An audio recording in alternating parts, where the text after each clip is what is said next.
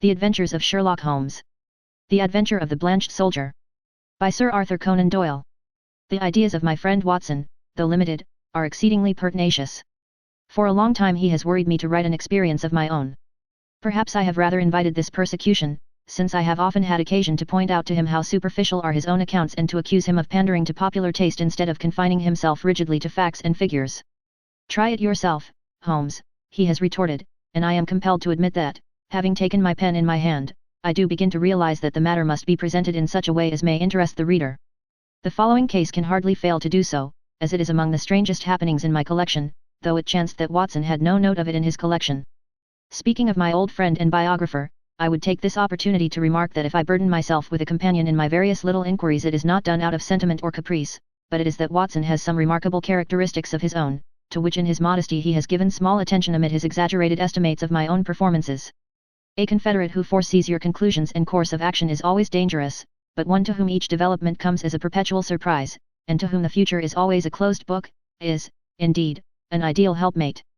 I find from my notebook that it was in January, 1903, just after the conclusion of the Boer War, that I had my visit from Mr. James M. Dodd, a big, fresh, sunburned, upstanding Briton. The good Watson had at that time deserted me for a wife, the only selfish action which I can recall in our association. I was alone. It is my habit to sit with my back to the window and to place my visitors in the opposite chair, where the light falls full upon them.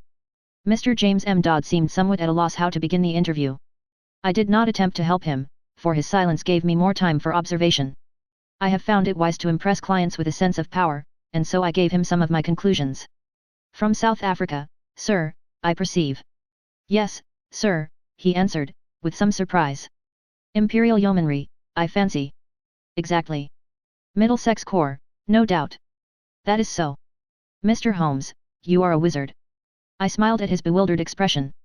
When a gentleman of virile appearance enters my room with such tan upon his face as an English sun could never give, and with his handkerchief in his sleeve instead of in his pocket, it is not difficult to place him. You wear a short beard, which shows that you were not a regular. You have the cut of a riding man. As to Middlesex, your card has already shown me that you are a stockbroker from Throgmorton Street. What other regiment would you join? You see everything. I see no more than you, but I have trained myself to notice what I see. However, Mr. Dodd, it was not to discuss the science of observation that you called upon me this morning. What has been happening at Tewkesbury Old Park? Mr. Holmes. My dear sir, there is no mystery. Your letter came with that heading, and as you fixed this appointment in very pressing terms, it was clear that something sudden and important had occurred. Yes, indeed. But the letter was written in the afternoon, and a good deal has happened since then. If Colonel Emsworth had not kicked me out. Kicked you out? Well, that was what it amounted to. He is a hard nail, is Colonel Emsworth. The greatest martinet in the army in his day, and it was a day of rough language, too. I couldn't have stuck the colonel if it had not been for Godfrey's sake. I lit my pipe and leaned back in my chair. Perhaps you will explain what you are talking about. My client grinned mischievously. I had got into the way of supposing that you knew everything without being told, said he. But I will give you the facts, and I hope to God that you will be able to tell me what they mean. I've been awake all night puzzling my brain, and the more I think the more incredible does it become. When I joined up in January, 1901, just 2 years ago, young Godfrey Emsworth had joined the same squadron. He was Colonel Emsworth's only son, Emsworth, the Crimean VC, and he had the fighting blood in him, so it is no wonder he volunteered. There was not a finer lad in the regiment. We formed a friendship, the sort of friendship which can only be made when one lives the same life and shares the same joys and sorrows. He was my mate, and that means a good deal in the army. We took the rough and the smooth together for a year of hard fighting. Then he was hit with a bullet from an elephant gun in the action near Diamond Hill outside Pretoria. I got one letter from the hospital at Cape Town and one from Southampton.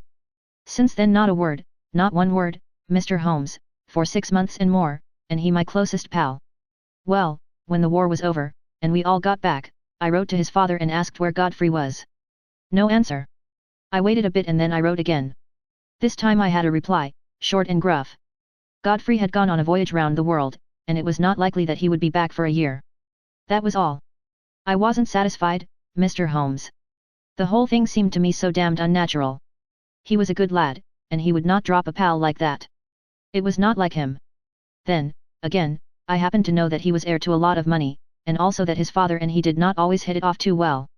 The old man was sometimes a bully, and young Godfrey had too much spirit to stand it. No, I wasn't satisfied, and I determined that I would get to the root of the matter. It happened, however, that my own affairs needed a lot of straightening out, after 2 years' absence, and so it is only this week that I have been able to take up Godfrey's case again. But since I have taken it up, I mean to drop everything in order to see it through. Mr. James M. Dodd appeared to be the sort of person whom it would be better to have as a friend than as an enemy. His blue eyes were stern and his square jaw had set hard as he spoke. "Well, what have you done?" I asked. "My first move was to get down to his home, Tuxbury Old Park, near Bedford, and to see for myself how the ground lay. I wrote to the mother, therefore, I had had quite enough of the curmudgeon of a father, and I made a clean frontal attack. Godfrey was my chum, I had a great deal of interest which I might tell her of our common experiences, I should be in the neighbourhood, would there be any objection, etc.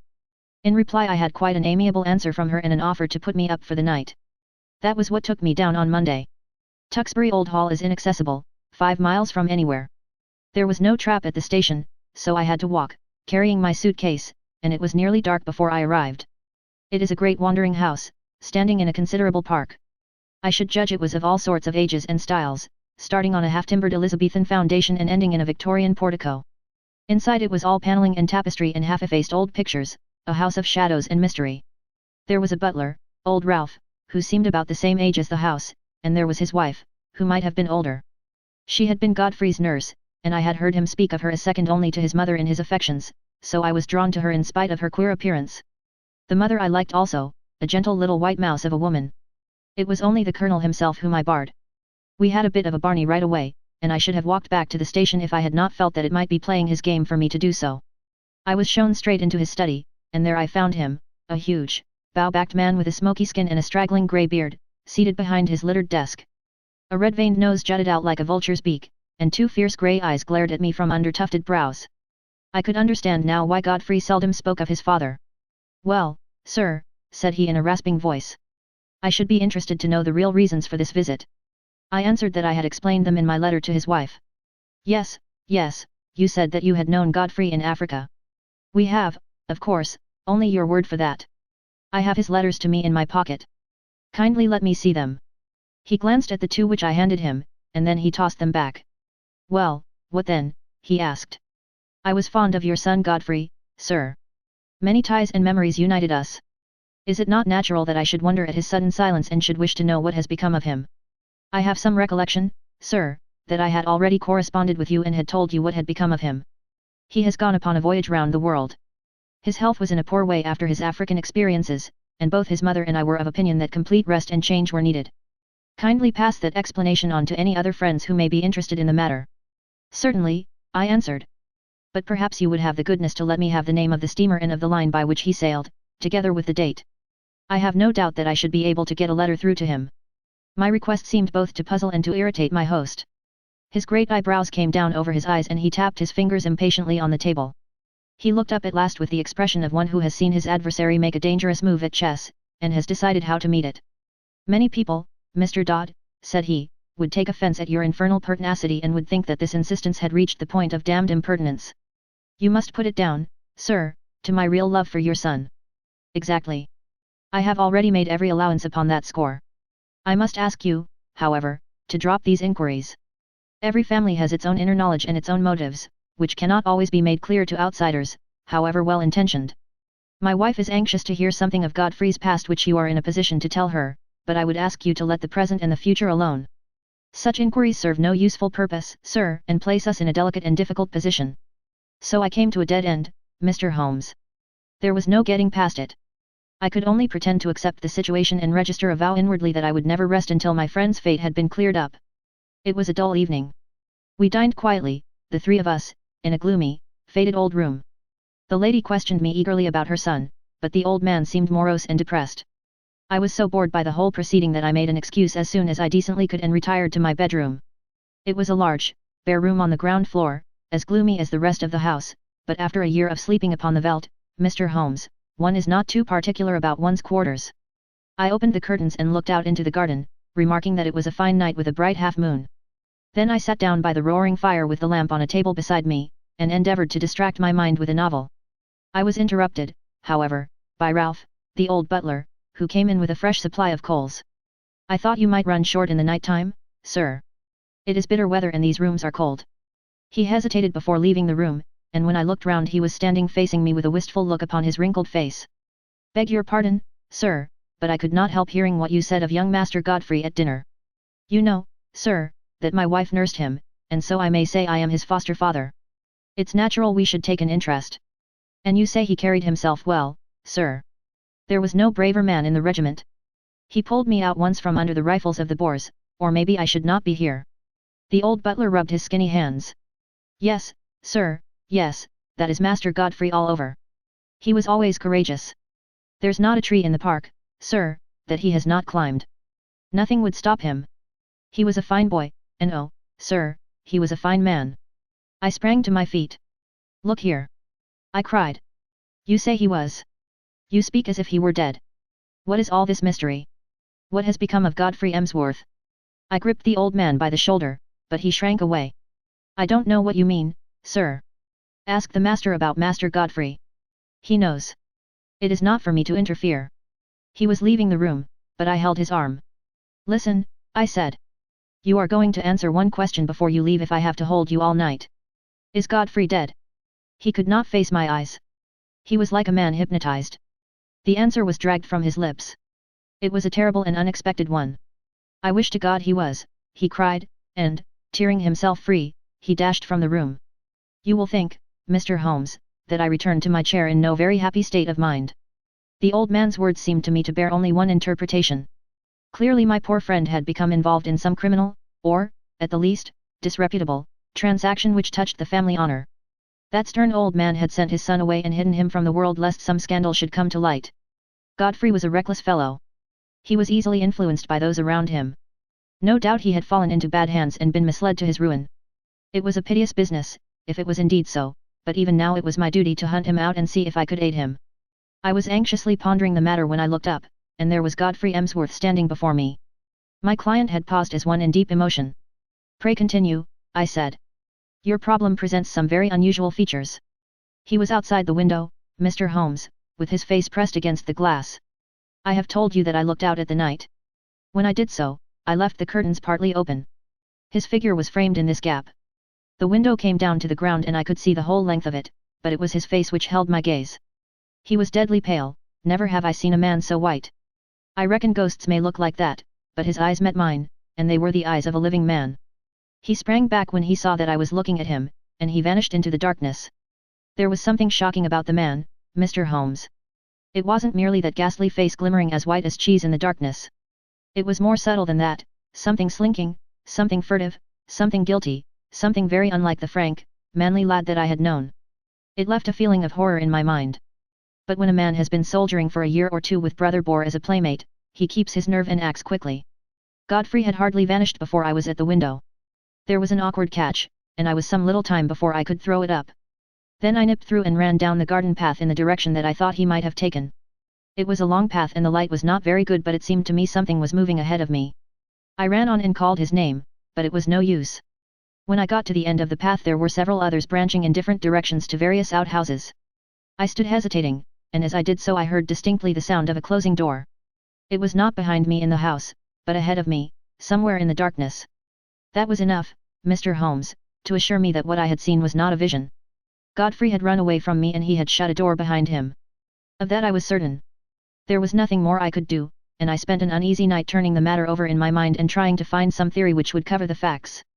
Next day I found the Colonel rather more conciliatory, and as his wife remarked that there were some places of interest in the neighborhood, it gave me an opening to ask whether my presence for one more night would incommode them. A somewhat grudging acquiescence from the old man gave me a clear day in which to make my observations. I was already perfectly convinced that Godfrey was in hiding somewhere near, but where and why remained to be solved. The house was so large and so rambling that a regiment might be hid away in it and no one the wiser. If the secret lay there, it was difficult for me to penetrate it. But the door which I had heard close was certainly not in the house. I must explore the garden and see what I could find. There was no difficulty in the way, for the old people were busy in their own fashion and left me to my own devices. There were several small outhouses, but at the end of the garden there was a detached building of some size, large enough for a gardener's or a gamekeeper's residence. Could this be the place whence the sound of that shutting door had come? I approached it in a careless fashion, as though I were strolling aimlessly round the grounds. As I did so, a small, brisk, bearded man in a black coat and bowler hat, not at all the gardener type, came out of the door. To my surprise, he locked it after him and put the key in his pocket. Then he looked at me with some surprise on his face. "Are you a visitor here?" he asked. I explained that I was and that I was a friend of Godfrey's. "What a pity that he should be away on his travels, for he would have so liked to see me," I continued. "Quite so." "Exactly," said he, with a rather guilty air. "No doubt you will renew your visit at some more propitious time." He passed on, but when I turned I observed that he was standing watching me, half concealed by the laurels at the far end of the garden. I had a good look at the little house as I passed it, but the windows were heavily curtained, and, so far as one could see, it was empty. I might spoil my own game, and even be ordered off the premises, if I were too audacious, for I was still conscious that I was being watched. Therefore, I strolled back to the house and waited for night before I went on with my inquiry. When all was dark and quiet, I slipped out of my window and made my way as silently as possible to the mysterious lodge. I have said that it was heavily curtained, but now I found that the windows were shuttered as well. Some light, however, was breaking through one of them, so I concentrated my attention upon this. I was in luck, for the curtain had not been quite closed, and there was a crack in the shutters so that I could see the inside of the room. It was a cheery place enough, a bright lamp and a blazing fire. Opposite to me was seated the little man whom I had seen in the morning. He was smoking a pipe and reading a paper. "What paper?" I asked. My client seemed annoyed at the interruption of his narrative. "Can it matter?" he asked. "It is most essential." I really took no notice. "Possibly you observed whether it was a broad-leafed paper or of that smaller type which one associates with weeklies. Now that you mention it, it was not large. It might have been the Spectator." However, I had little thought to spare upon such details, for a second man was seated with his back to the window, and I could swear that this second man was Godfrey. I could not see his face, but I knew the familiar slope of his shoulders. He was leaning upon his elbow in an attitude of great melancholy, his body turned towards the fire. I was hesitating as to what I should do when there was a sharp tap on my shoulder, and there was Colonel Emsworth beside me. "This way, sir," said he in a low voice. He walked in silence to the house, and I followed him into my own bedroom. He had picked up a timetable in the hall. "There is a train to London at 8:30, said he. "The trap will be at the door at 8. He was white with rage, and, indeed, I felt myself in so difficult a position that I could only stammer out a few incoherent apologies, in which I tried to excuse myself by urging my anxiety for my friend. "The matter will not bear discussion," said he abruptly. "You have made a most damnable intrusion into the privacy of our family. You were here as a guest and you have become a spy. I have nothing more to say, sir, save that I have no wish ever to see you again." At this I lost my temper, Mr. Holmes, and I spoke with some warmth. "I have seen your son, and I am convinced that for some reason of your own you are concealing him from the world. I have no idea what your motives are in cutting him off in this fashion, but I am sure that he is no longer a free agent. I warn you, Colonel Emsworth, that until I am assured as to the safety and well-being of my friend I shall never desist in my efforts to get to the bottom of the mystery, and I shall certainly not allow myself to be intimidated by anything which you may say or do." The old fellow looked diabolical, and I really thought he was about to attack me. I have said that he was a gaunt, fierce old giant, and though I am no weakling I might have been hard put to it to hold my own against him. However, after a long glare of rage he turned upon his heel and walked out of the room. For my part, I took the appointed train in the morning, with the full intention of coming straight to you and asking for your advice and assistance at the appointment for which I had already written. Such was the problem which my visitor laid before me. It presented, as the astute reader will have already perceived, few difficulties in its solution, for a very limited choice of alternatives must get to the root of the matter. Still, elementary as it was, there were points of interest and novelty about it which may excuse my placing it upon record. I now proceeded, using my familiar method of logical analysis, to narrow down the possible solutions. "The servants," I asked, "how many were in the house?" To the best of my belief there were only the old butler and his wife. They seemed to live in the simplest fashion. There was no servant, then, in the detached house. None, unless the little man with the beard acted as such. He seemed, however, to be quite a superior person. That seems very suggestive. Had you any indication that food was conveyed from the one house to the other? Now that you mention it, I did see old Ralph carrying a basket down the garden walk and going in the direction of this house. The idea of food did not occur to me at the moment. Did you make any local inquiries? Yes, I did. I spoke to the station master and also to the innkeeper in the village. I simply asked if they knew anything of my old comrade, Godfrey Emsworth. Both of them assured me that he had gone for a voyage round the world. He had come home and then had almost at once started off again. The story was evidently universally accepted. You said nothing of your suspicions. Nothing. That was very wise. The matter should certainly be inquired into. I will go back with you to Tewkesbury Old Park. Today. It happened that at the moment I was clearing up the case which my friend Watson has described as that of the Abbey School, in which the Duke of Greyminster was so deeply involved. I had also a commission from the Sultan of Turkey which called for immediate action, as political consequences of the gravest kind might arise from its neglect. Therefore it was not until the beginning of the next week, as my diary records, that I was able to start forth on my mission to Bedfordshire in company with Mr. James M. Dodd.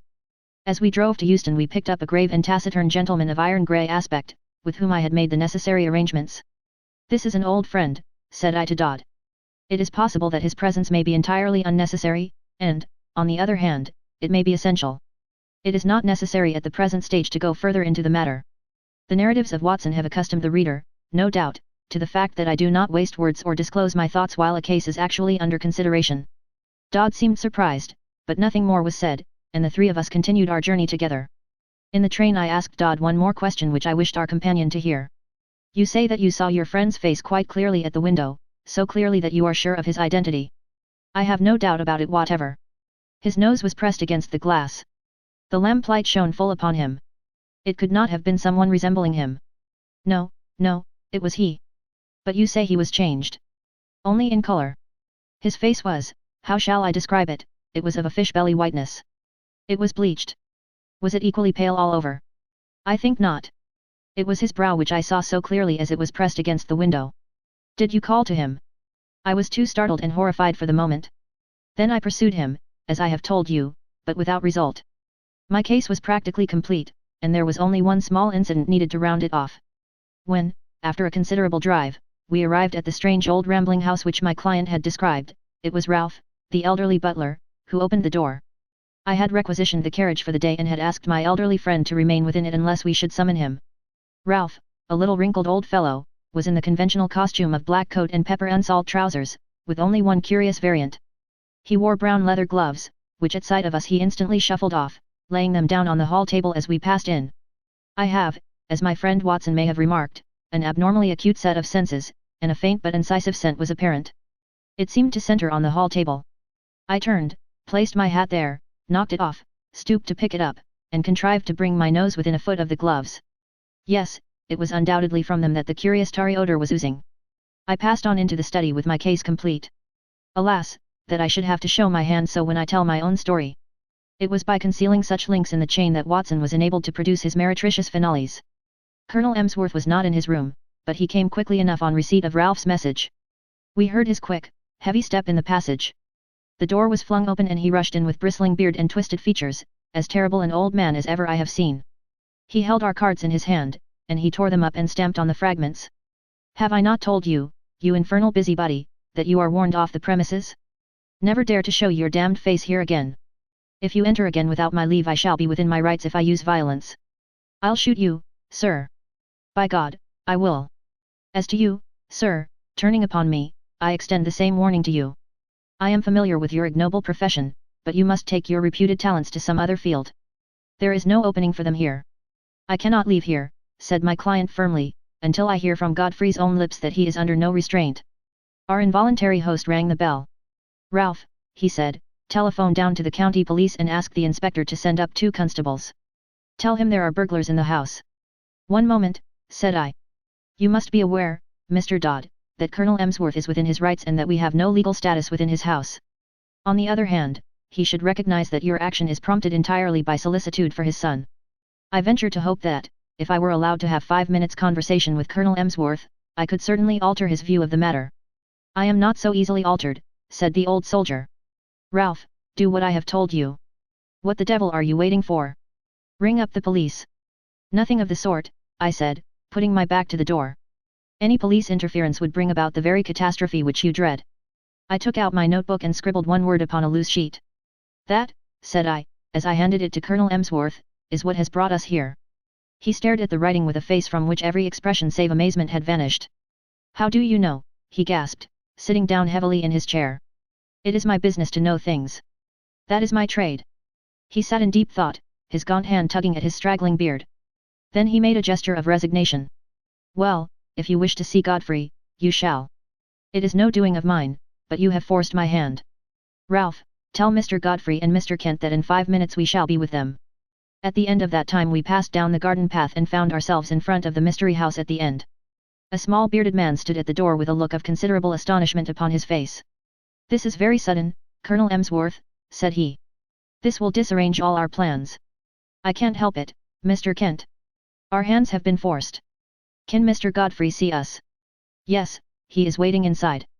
He turned and led us into a large, plainly furnished front room. A man was standing with his back to the fire, and at the sight of him my client sprang forward with outstretched hand. "Why, Godfrey, old man, this is fine." But the other waved him back. "Don't touch me, Jimmy. Keep your distance." "Yes, you may well stare. I don't quite look the smart Lance Corporal Emsworth, of B Squadron, do I?" His appearance was certainly extraordinary. One could see that he had indeed been a handsome man with clear-cut features sunburned by an African sun, but mottled in patches over this darker surface were curious whitish patches which had bleached his skin. "That's why I don't court visitors," said he. "I don't mind you, Jimmy, but I could have done without your friend. I suppose there is some good reason for it, but you have me at a disadvantage. I wanted to be sure that all was well with you, Godfrey. I saw you that night when you looked into my window, and I could not let the matter rest till I had cleared things up. Old Ralph told me you were there, and I couldn't help taking a peep at you. I hoped you would not have seen me, and I had to run to my burrow when I heard the window go up. But what in heaven's name is the matter?"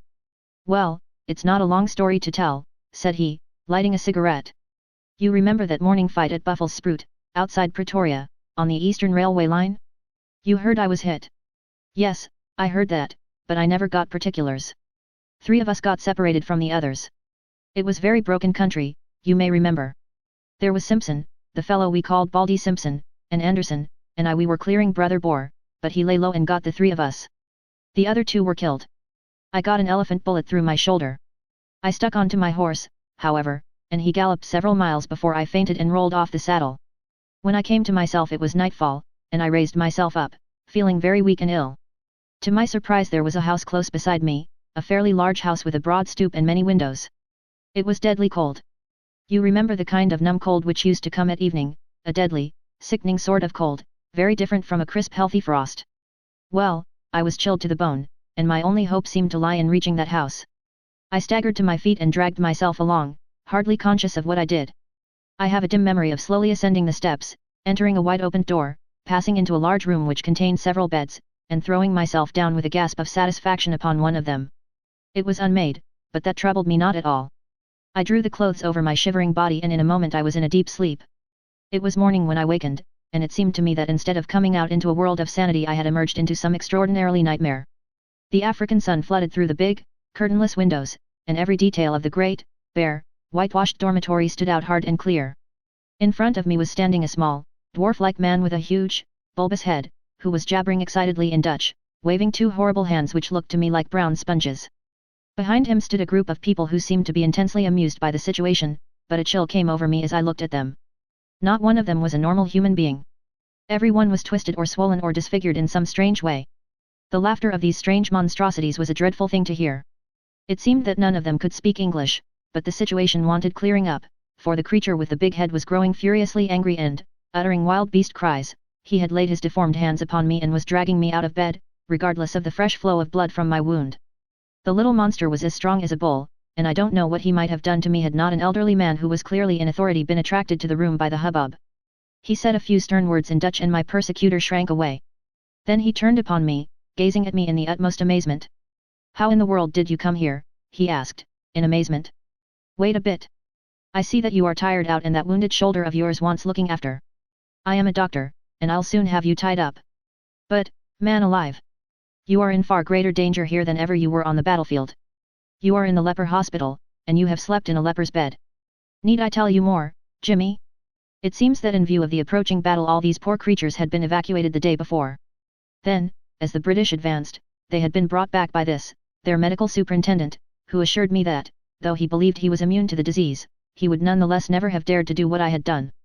He put me in a private room, treated me kindly, and within a week or so I was removed to the General Hospital at Pretoria. So there you have my tragedy. I hoped against hope, but it was not until I had reached home that the terrible signs which you see upon my face told me that I had not escaped. What was I to do? I was in this lonely house. We had 2 servants whom we could utterly trust. There was a house where I could live. Under pledge of secrecy, Mr. Kent, who is a surgeon, was prepared to stay with me. It seemed simple enough on those lines. The alternative was a dreadful one, segregation for life among strangers with never a hope of release. But absolute secrecy was necessary, or even in this quiet countryside there would have been an outcry, and I should have been dragged to my horrible doom. Even you, Jimmy, even you had to be kept in the dark. Why my father has relented I cannot imagine. Colonel Emsworth pointed to me. This is the gentleman who forced my hand. He unfolded the scrap of paper on which I had written the word leprosy. It seemed to me that if he knew so much as that it was safer that he should know all. And so it was, said I. Who knows but good may come of it. I understand that only Mr. Kent has seen the patient. May I ask, sir, if you are an authority on such complaints, which are, I understand, tropical or semi-tropical in their nature? I have the ordinary knowledge of the educated medical man, he observed, with some stiffness. I have no doubt, sir, that you are fully competent, but I am sure that you will agree that in such a case a second opinion is valuable. You have avoided this, I understand, for fear that pressure should be put upon you to segregate the patient. That is so, said Colonel Emsworth. I foresaw this situation, I explained, and I have brought with me a friend whose discretion may absolutely be trusted. I was able once to do him a professional service, and he is ready to advise as a friend rather than as a specialist. His name is Sir James Saunders. The prospect of an interview with Lord Roberts would not have excited greater wonder and pleasure in a raw subaltern than was now reflected upon the face of Mr. Kent. I shall indeed be proud, he murmured. Then I will ask Sir James to step this way. He is at present in the carriage outside the door. Meanwhile, Colonel Emsworth, we may perhaps assemble in your study, where I could give the necessary explanations. And here it is that I miss my Watson. By cunning questions and ejaculations of wonder he could elevate my simple art, which is but systematized common sense, into a prodigy. When I tell my own story I have no such aid. And yet I will give my process of thought even as I gave it to my small audience, which included Godfrey's mother, in the study of Colonel Emsworth. That process, said I, starts upon the supposition that when you have eliminated all which is impossible, then whatever remains however improbable, must be the truth. It may well be that several explanations remain, in which case one tries test after test until one or other of them has a convincing amount of support. We will now apply this principle to the case in point. As it was first presented to me, there were three possible explanations of the seclusion or incarceration of this gentleman in an outhouse of his father's mansion. There was the explanation that he was in hiding for a crime, or that he was mad and that they wished to avoid an asylum, or that he had some disease which caused his segregation. I could think of no other adequate solutions. These, then, had to be sifted and balanced against each other. The criminal solution would not bear inspection.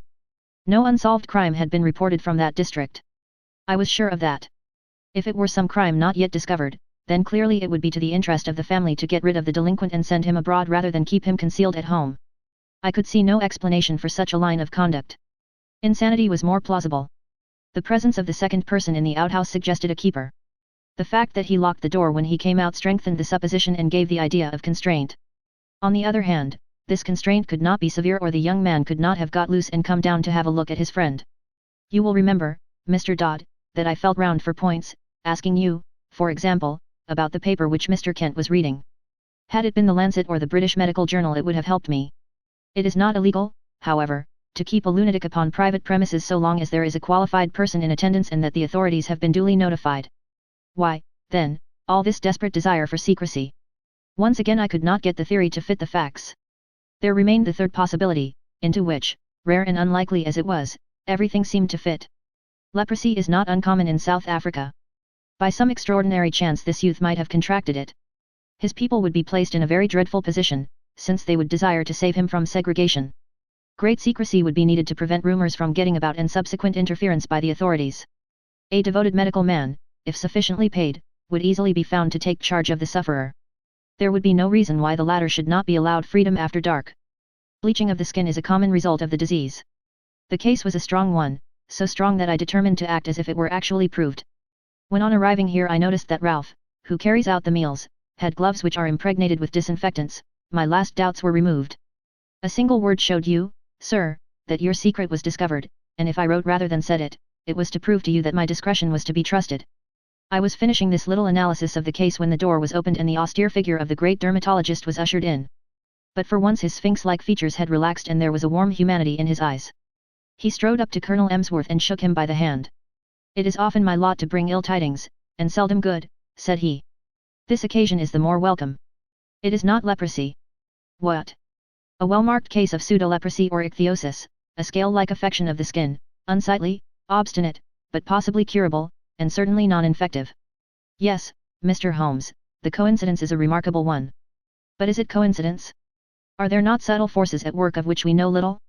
Are we assured that the apprehension, from which this young man has no doubt suffered terribly since his exposure to its contagion, may not produce a physical effect which simulates that which it fears? At any rate, I pledge my professional reputation, but the lady has fainted. I think that Mr. Kent had better be with her until she recovers from this joyous shock.